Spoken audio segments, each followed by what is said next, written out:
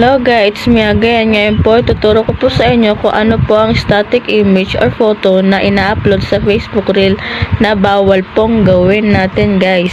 Lalo na po yung mga background na sikat na kanta tulad po ng ganito guys. Let's watch this.